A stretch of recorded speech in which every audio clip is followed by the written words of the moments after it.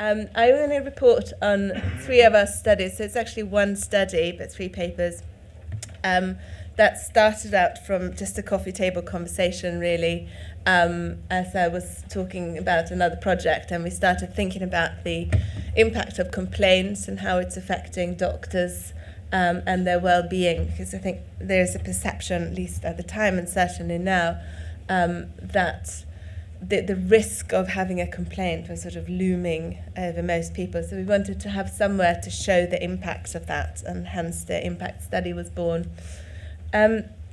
What we did is we linked up with the Doctors for Doctors at the BMA service, and we were able to access their database of 95,600 members from the BMA.